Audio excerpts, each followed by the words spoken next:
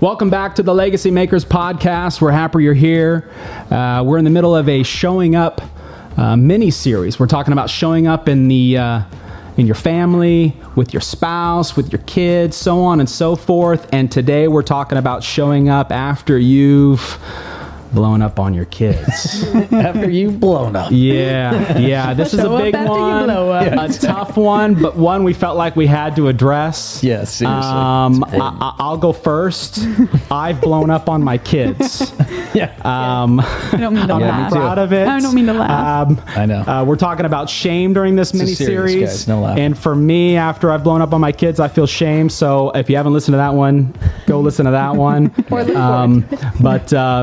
Ben, why don't you kick us off on some points here on blowing up? The first thing I'll say, and this isn't the shame, and we all know it's not right, it's not correct, but blowing up on your kids is never okay. We all know that. No. But let's just make sure we're clear that it's not okay. It's not productive. It's not healthy, and it doesn't solve anything. True. Well, actually, I take that back. It can solve things, but it leaves scars. Good point. And it's not the way that you're supposed to solve things. Excellent. Because oftentimes, I find myself doing this. It's like when let's just say, the kids are, maybe they're kind of going crazy. They're acting crazy. Maybe they're fighting or they're screaming, and which is, it's what kids do. And we're trying to accomplish something. We're trying to get somewhere. We're talking about what makes you blow up? Yes. Okay. I think this is relatable. Me too. I'm with you. Keep going. We're trying to get somewhere, okay? And we got to get shoes on. We got to get lunch packed. We got to get everything ready. We got to get in the van. We got to buckle up. And we got to be on time. Yeah. And if we're not, then it's going to be really bad. There's going to be no grace at all. But we get to this point where it's like we're on step 3 and the clock's ticking, and I'm about to blow a socket, blow a bolt, and explode. And I do, unfortunately. I come to this point where it's just boiling over. I'm like, come on, guys, come on. We gotta go. And then okay, that's it. Yeah. I've had it. Get in the car. Get your shoes on. We're going now. Daddy, my pants. Forget them. Yeah. And you get to that point and you've done it, and you've said something you're not proud of. Yeah. You feel bad about it. You offended your kid. You hurt them. You scarred them. You jaded them. You called them something. You've screamed at them. You've made them feel like Small. They're weak. They're slow, and it's not right. But what that is, though, I would say that there's a level of emotional immaturity when that happens. So when that does happen, it's a good indicator that, there's more that I need to work on personally in myself. There's levels of immaturity, both spiritually and emotionally. Because what that is, it's like, you have to understand that when you're blowing up, you're trying to regain control in some certain way. Things are not going the way that you planned, and by golly, you're going to make sure it happens. And so you're going to do whatever you have to do to make it happen. And you're going to have to blow up to make it happen. You're going to have to do something drastic. But unfortunately, when we do it that way, it's an indicator that there's more work in myself that I need to do that I haven't done yet. Right. Because really, what are we actually afraid of happening? What's really going to happen if we're 10 minutes late? Ultimately, what are we so afraid of that we've got to blow up on our kids to get them to do something, or we gotta blow up, from them fighting? And it's just like, well, hold on, hold on. Like, this isn't the end of the world. And it's emotional immaturity, and we've got to do something about that. I think as parents, we all struggle with it. It happens to all of us, and me especially. And so, I've got work to do in myself. And I think it comes down to really assessing what.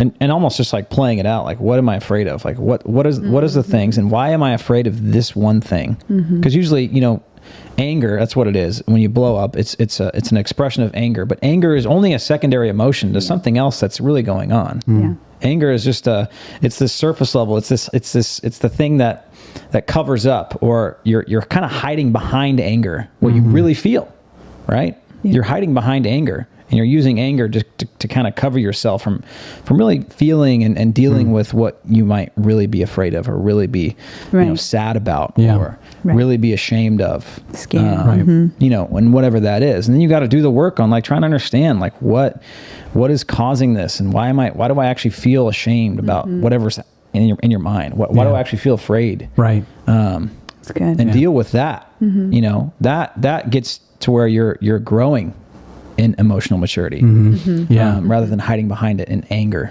Yeah. It's really good. Natalie, Ben's setting up the scene really good, and he's talking about something extremely important, like this internal work that needs to happen. We're all slowly being transformed in his image, but in the moments when we have the blowing up thing happen as parents, how are we showing up after that? What are some of the things that's good practicals we're doing? Great question. I think, as I was thinking about this, I just kind of had this picture of kind of a 3-step program, 3 steps that we can take when we blow up in ways that, that can help us show up better. So I think it can be kind of boiled down to reflect,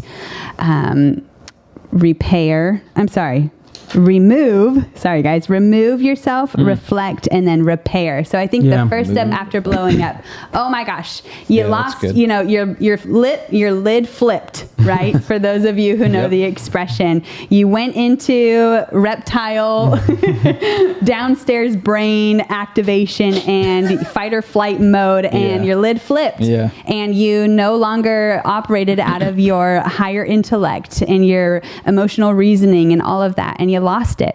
And so you need to, you owe it to your family and to your kids to remove yourself from the situation and to go figure out what is going on.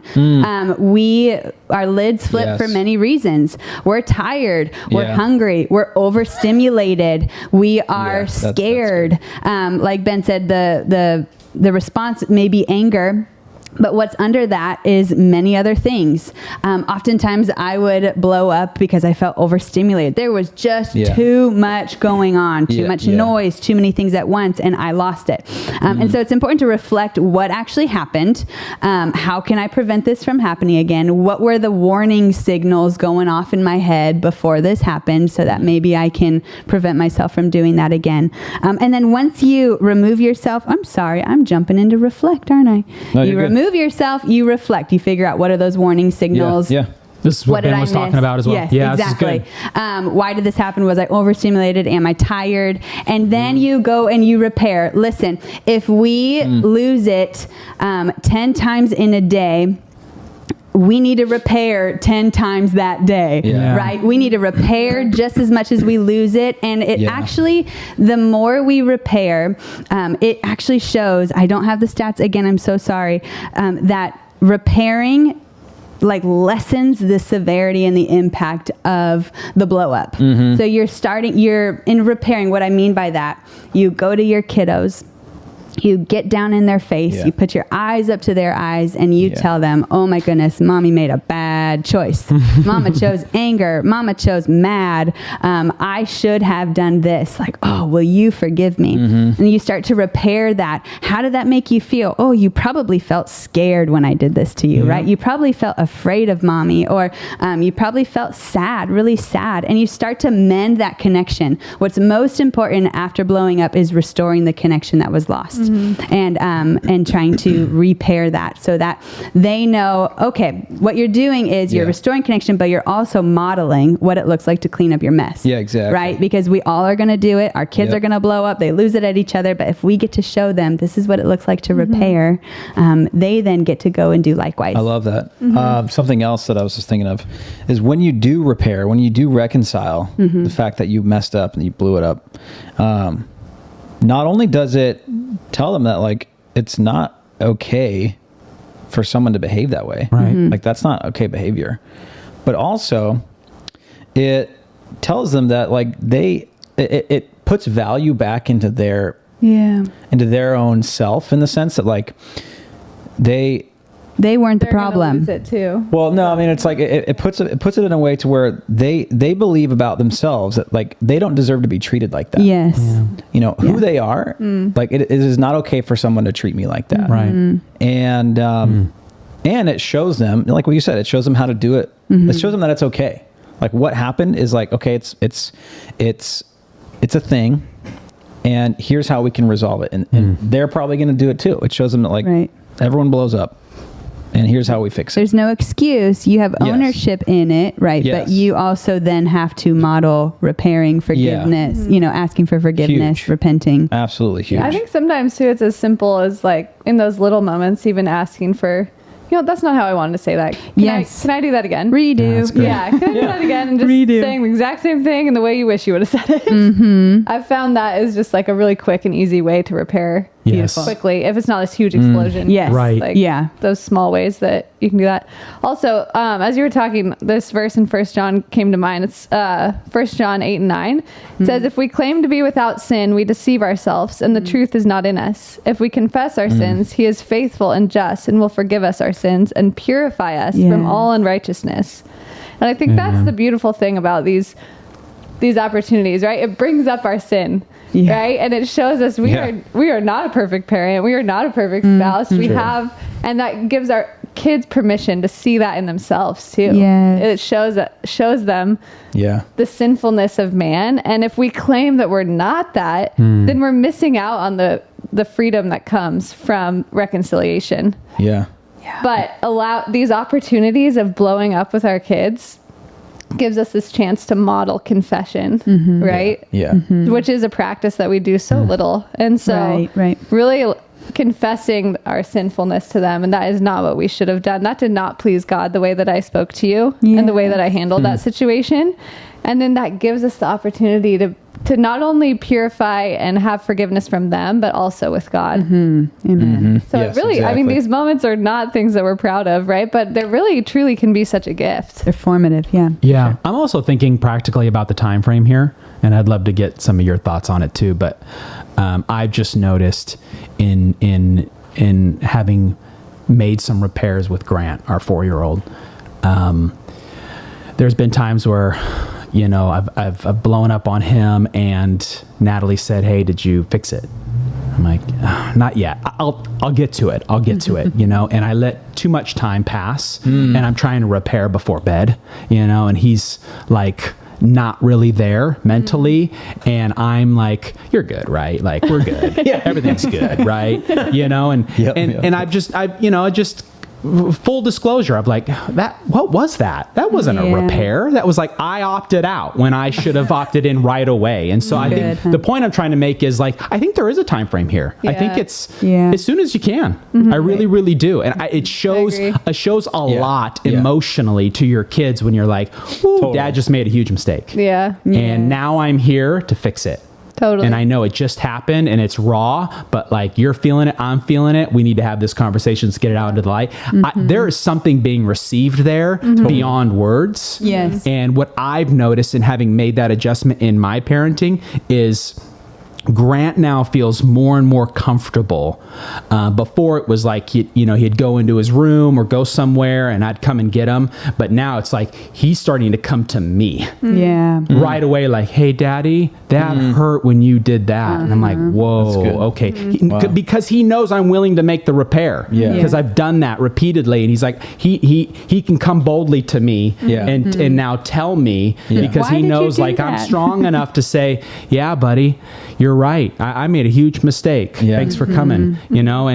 So we've seen that fruit in him. So I'm thinking like, don't let that time pass. Like dads, moms, don't let it pass. Immediate. I agree, and I think it also eliminates some of that space to allow the enemy to speak into those areas where maybe they felt like it was their fault. Or, it just like eliminates that gap quickly. A big one is it's not that bad. Right. That's one I've heard before. I'm like, where's that coming from? Hey, it's not that big of a deal. He'll be fine. He'll be fine. Yeah. So That's good. Well, I think, there's encouragement because our kids are so full of grace and forgiveness. Yes. And Praise God. it is like, it's good to practice repairing and reconciliation with your kids.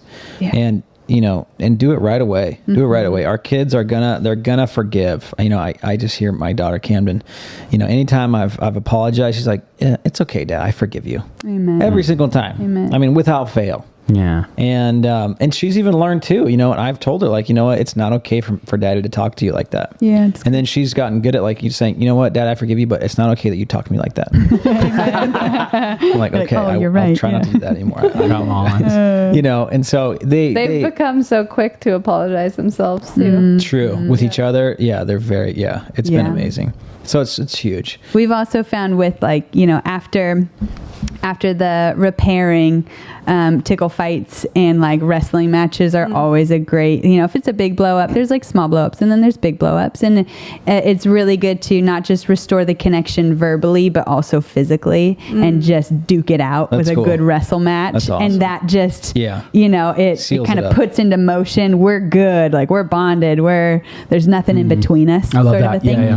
And then I also think there's good. value in kind of reframing the story and the narrative with your kids. Because I think, you blow up, but they have an interpretation of that blow up. And a lot of times I think, when the kids are younger, in those identity and like formative years of life, their inner voice and like their beliefs about themselves are really formed in that time period. And I think that they can interpret a blow up to mean all sorts of things. That was my fault, or I'm not good enough. The enemy can come in and lie to our kids based on a blow up we have. And so I think in those moments, the enemy would love nothing more, like you were saying, Meg, than to come in and say, oh, this was your bad, Grant, or this is your fault, or see, Daddy doesn't really love you, or, plant those little seeds of lies to our kids. And I think it's important as parents that not only do we repair, but we kind of reframe the narrative. Oh, Daddy did that to you. It's not okay to talk to you like that. You deserve this, or you are that, and to reshape and make sure you're bringing their identity back to who God says they are,